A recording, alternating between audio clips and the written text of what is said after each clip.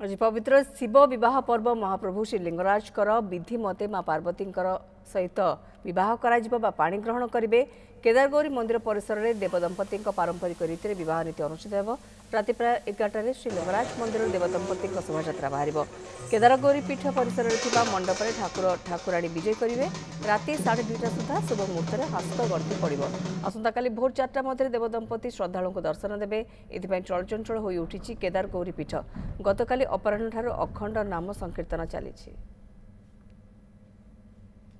आज लिंगराज महाप्रभु जो समर्पण होता महाप्रसाद सब अष्टचंडी मान को समर्पण करा जाए। अष्टचंडी समर्पण कर प्रभु मु आसंता काली शिव विवाह हवा जी आपण मैंने मोर ये उत्सव को निमंत्रण रहा जावाई। आज नीति जहाँ अच्छी आर वर्ष अपेक्षा ए वर्ष चंचल